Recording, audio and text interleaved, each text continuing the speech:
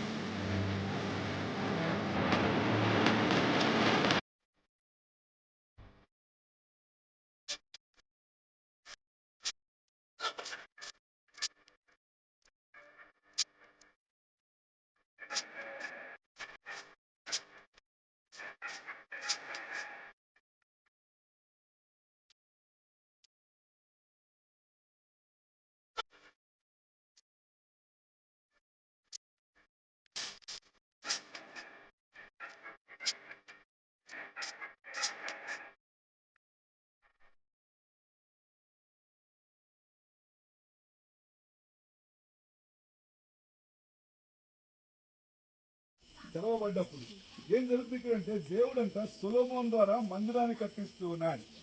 కారణం ఏమిటంటే తన నామ మహిమార్థమై ఈ భూలోకములో దేవుడు ఉన్నాడు అని తెలియటానికి God has builded a temple through king Solomon.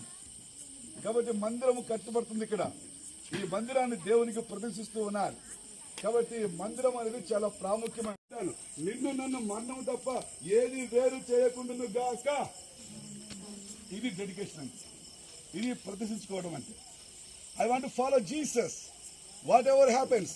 నా జీవితంలో ఏది సంభవించినా కూడా యేసుని వెంబడిస్తా.